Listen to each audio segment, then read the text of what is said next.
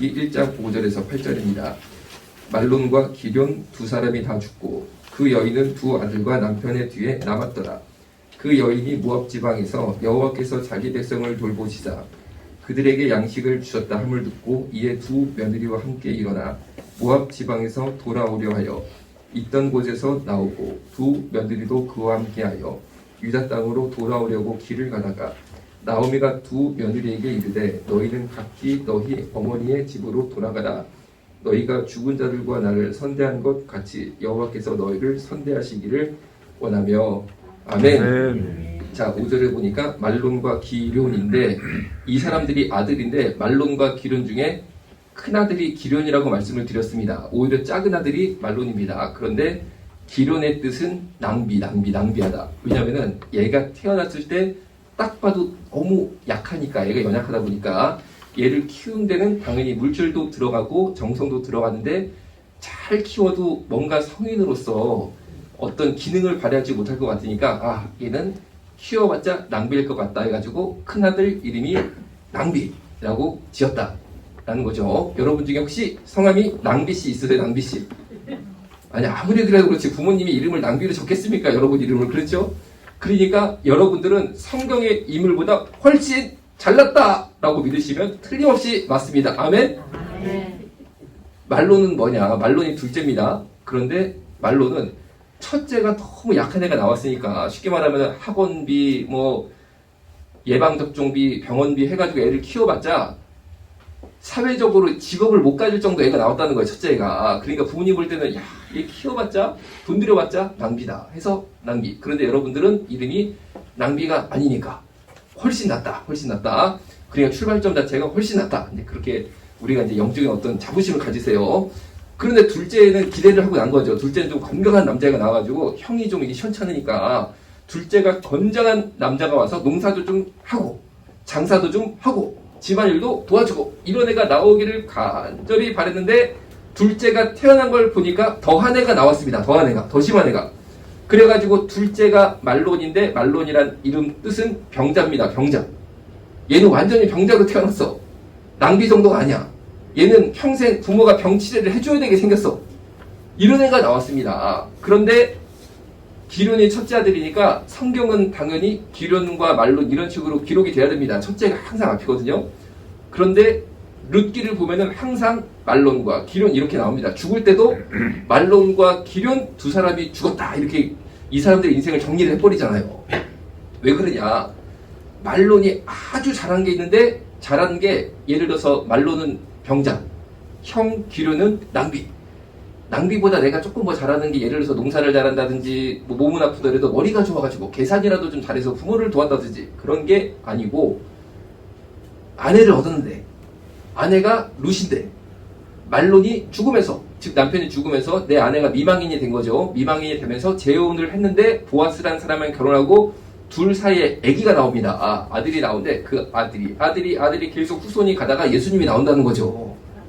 그러니까 말론은 비록 인생에서 아무것도 한 적이 없고 병자로서 평생 살다가 병자로서 특별한 업적 없이 죽었지만 하나님이 보실 때는 이 사람이 어쨌든 간에 메시아 예수 그리스도의 족보 가운데 그냥 언저리에 걸려있는 거예요. 언저리에.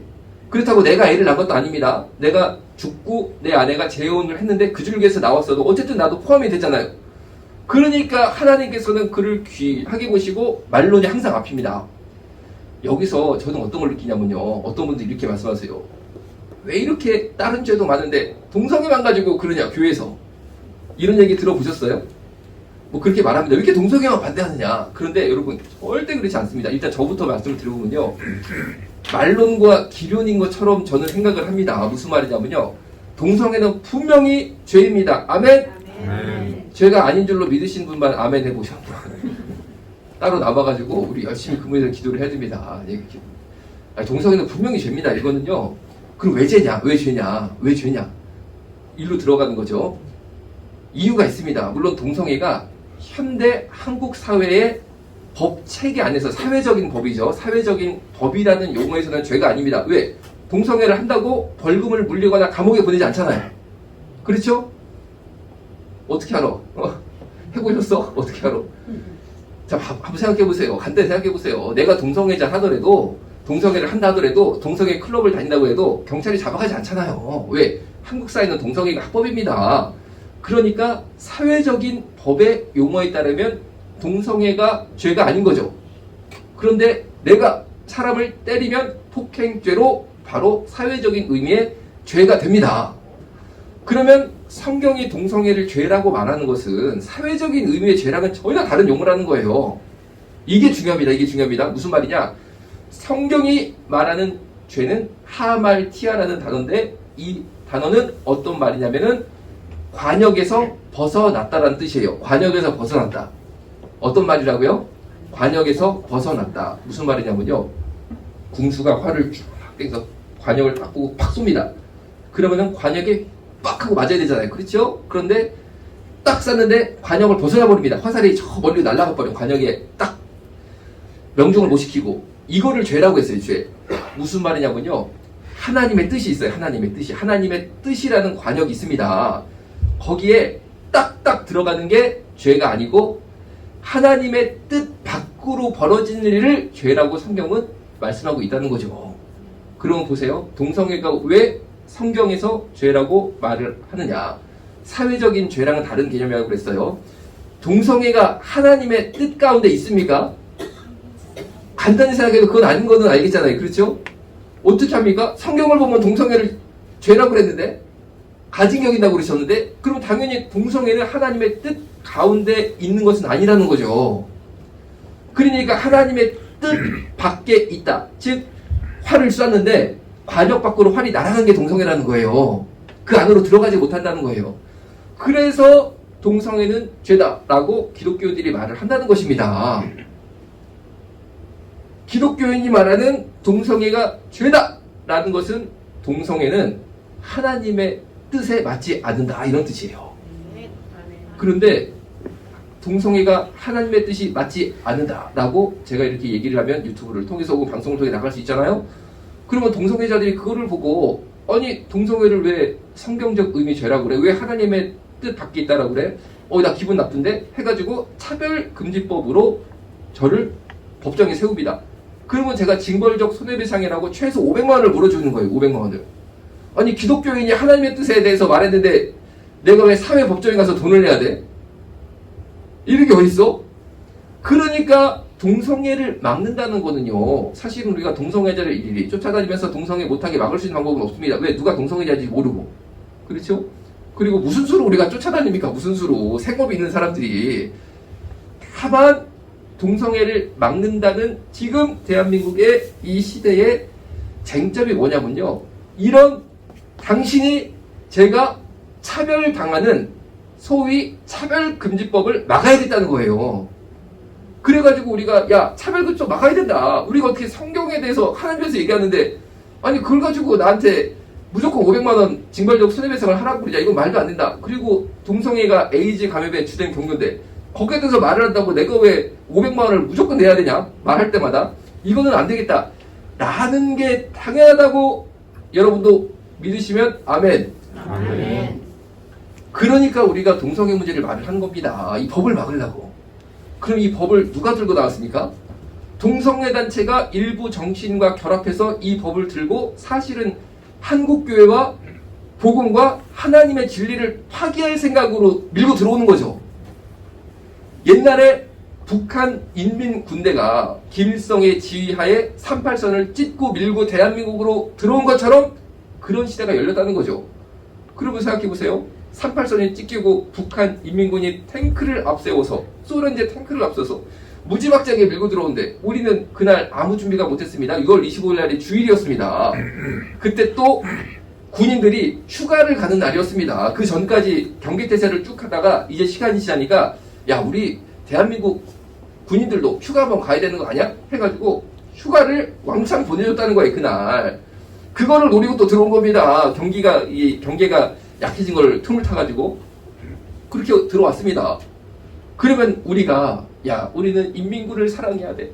인민군은 우리의 형제 해가지고 막지 아니하고 저항하지 아니하고 어쨌든 간에 남아있는 군인들이라도 최선을 다해서 소련제 탱크를 앞세우고 들어온 인민군에 저항하지 아니하고 웰컴 해가지고 막 무슨 꽃도 주고 뭐 그냥 안아버리고 우리가 왜 싸워 우리 형제인데 우리는 살아갑니다. 이러면 어떻게 되겠어요? 대한민국이 다 점령되면요. 그 다음부터 대한민국 국민들이 처참한 사륙의 현장에 놓이게 되고 대한민국이 처참한 파괴의 현장에 놓이게 된다는 거죠. 그거를 막기 위해 우리가 방어전을 치르는 것처럼 우리가 이 시대의 동성애를 말하는 이유는 사실은 방어전을 펼치는 겁니다. 방어전을. 그러니까 해야 된다라는 거죠. 그러니까 이야기하는 것이다 라는 거죠.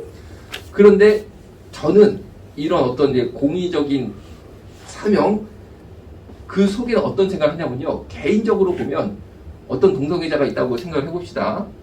또 이 중에 있을 수도 있어요. 이 중에 있을 수 있어요. 그래서 저는 없다라고 분명히 알고 있지만 없다고 알고 있지만 혹시나 또 있을 수 있다고 생각합니다. 그런데 이 중에 동성애자가 있다고 해도 저는 절대 나가라고 말 안 합니다. 진짜로. 왜? 동성애자가 죄인인 것처럼 저도 죄인입니다. 그러면 내가 동성애자보다 의롭냐? 절대 아닙니다. 절대 아닙니다. 그거를 저는 항상 마음속에 새기고 있어요. 항상. 다만 동성애를 막으려고 애를 쓰는 것은 차별금지법을 해서 복음을 파괴시키겠다니까 이 복음의 순수성을 지키기 위해서 또 대한민국 사회를 지키기 위해서 목소리를 내는 것 뿐이지. 여러분 동성애자의 죄가 크냐 저의 죄가 크냐 물어보면요. 전 제 죄가 더 큰 것 같아요. 진짜로. 내 죄가 더 큰 것 같아.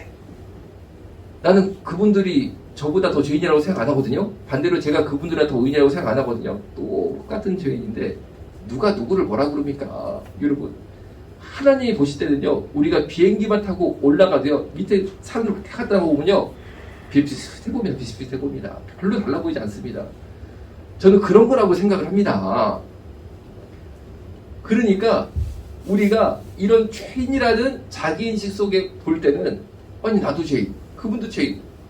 그러니까 우리 모두 함께 예수님을 만나서 은혜를 받아서 구원을 친정받아야 되는 그런 은혜를 구하는 사람이 되기를 바란다는 거죠. 네. 그런데 이게 또 잘못 이해하면 안 됩니다. 너도 죄인 나도 죄인이니까 똑같이 죄 짓고 살자 이게 아니라는 거예요. 이렇게 가면 안 돼. 아니 동성애만 죄냐? 다른 것도 죄인데. 그러니까 다 그냥 죄 짓고 살아. 괜찮아. 서로 인정해. 이거 아니라는 거. 이게 아니고 너도 죄인 나도 죄인이니까 우리 함께 다 같이 기도하고 은혜 받자 이렇게 가야 되네. 기도하고 은혜 받자. 그런 거죠.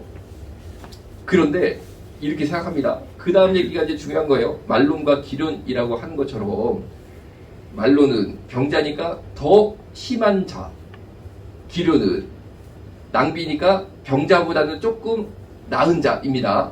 그런데 서로 싸웁니다. 내가 너보다 건강이 조금 낫잖아. 너는 병자인데 그래도 난 병자까지는 아니거든. 너는 아예 침상에서 일어나지도 못하잖아. 너는 1년에 거의 10개월은 병원에 누워있잖냐? 그래도 나는 누워있어도 집에 누워있거든. 이거 가지고 서로 다툽니다. 나는 병자다. 너는 연약한 자다. 나는 낭비하는 자다. 너는 병자다. 서로 이거 가지고 우식우식 싸우는 거야. 싸우는 거야. 이게 인간의 모습입니다. 그런데 저는 어떻게 생각하냐? 저는 아주 마음 편하게 받아들이고 있습니다. 어떻게 받아들이냐? 내가 제일 악한 자라고 생각해요. 제일 악한 자라고.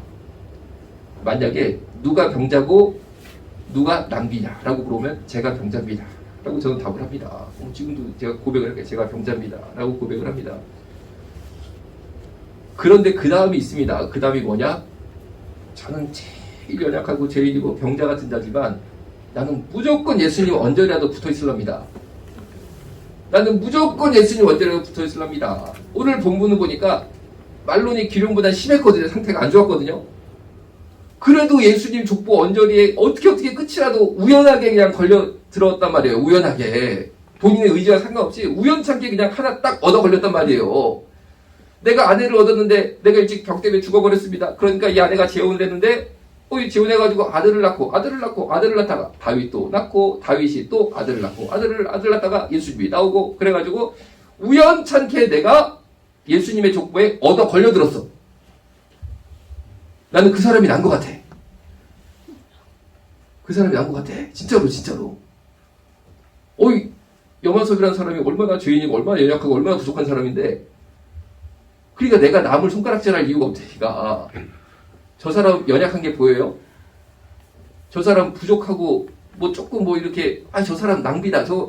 아이고 은혜 받는 게 낭비해. 그 은혜를 받고 저렇게 살아? 뭐 그런 생각 들 수 있죠?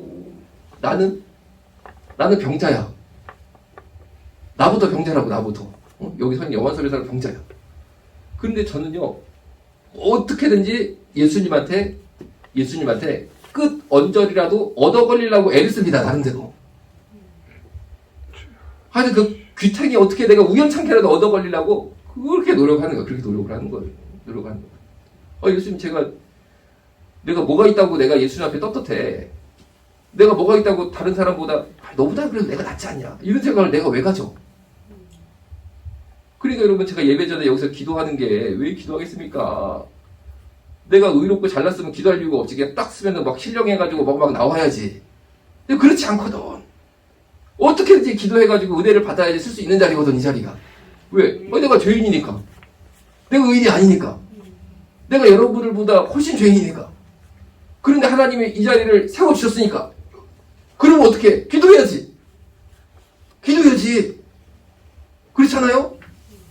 그런데 저는 너무 기쁘고 행복하거든요. 왜? 오늘 말로를 보세요. 병자로 태어나서 병자로 죽었어. 애도 못 낳았어. 정말 평생 그러고 살았어. 개선이 안 됐어. 나도 개선이 안 돼. 내가 보니까. 내 내면을 보니까 개선이 안 되더라고. 여러분들은 훌륭해서 개선이 되시는 것 같아. 근데 나는 안 돼. 보니까. 큰일 났어. 그런데 내가 행복한 이유가 뭐냐? 나를 보면 아무 희망이 없는데 어이구 예수님께서 나를 만나주시네. 나를 만나주셔. 나 같은 사람을 만나주셔. 그래가지고 오늘 본문에 말론과 기론이라고 쓴 것처럼 이렇게 계속 예수님이 나 만나주시다 보면은 나중에 내가 죽고 나면은 혹시 알아? 내 이름이 앞에 써질지? 혹시 알아? 내 이름이 그래도 앞줄에 가 있을지 천국에 갔을 때? 왜? 저는요 무조건 예수님 우연이라도 만나려고 열심히 뛰어다니는 건 있거든. 근데 우연이라도 만나야지 내가 사니까. 그 우연이라도 만나라는 게 뭐야? 예수님 만나려고 뛰어다니는 게 뭐야? 여기 일대를 뛰어다니면 예수님 막 내가 육체적으로 막 이렇게 뛰는 겁니다. 그게 아니잖아. 기도하는 거잖아요. 그렇죠? 아멘. 말씀 보는 거잖아요. 그게 영적으로 내가 어떻게든지 예수님 우연이라도 내가 그 줄에 얻어 걸리려고 뛰는 거잖아요. 그게. 그러니까 기도하는 거지. 예배 전에. 내가 살라고. 그리고 토요일날 여러분 아시는 것처럼 제가 민주당서를 막 기도하잖아요. 하루 종일 걸립니다. 거기 준비하고. 한 4시부터 해가지고 하니까. 그리고 끝나면은 병원 와가지고 기도회를 또 합니다. 온라인으로. 왜 그래? 내가 신령하고 내가 의로워서? 내가 우량하라서? 영적 우량하라서? 절대 그게 아니라 절대 그게 아니야. 내가 말로냐. 내가 병자야. 다른 분은 내가 볼 때는 나보다 안심해 보이거든. 다른 분들은 뭐 조금 부족한 게 있어요. 조금 낭비, 부족 그런 건 있을 수 있어도 병자까지는 아니거든. 근데 내가 병자야. 그럼 어떻게 해야 돼? 남들보다 더 기도해야지. 그래야지. 그러니까 기도하는 거지. 제가 의로워가지고 내가 무슨 영적 뭐라 그럴까? 거성이어가지고 내가 그러고 사나? 전혀 아닙니다. 그런데도 제 마음속에 제가 기도하는 건 뭐냐면요. 내가 이러고 살다 보면 나중에 천국 갔을 때 혹시 예수님께서 나를 앞전에 좀 두지 않으실까? 그 기대를 가지고 사는 거죠. 기도하고 마치겠습니다. 살아계신 아버지 하나님, 간절히 기도합니다. 우리가 의인이라서 하나님 일을 하는 것이 아니고 죄인이기 때문에 주님 앞에 무릎 꿇고 나간다는 이 사실을 항상 깨달아 알게 하여 주옵소서. 아멘. 우리가 영적 교만에 사로잡혀서 내가 무엇이 된 것처럼 그렇게 이 일을 하지 않으려 할 수 있도록 주님 한 사람 한 사람 붙잡아 주시고 부족한 저부터 붙잡아 주시고 나중에 열심히 기도해서 우연찮게라도 예수님 언제라도 얻어 걸리게 된다면 그 상반된 그런 인생 될 수 있도록 축복하여 주옵소서. 아멘. 예수님의 이름으로 기도드렸습니다. 아멘.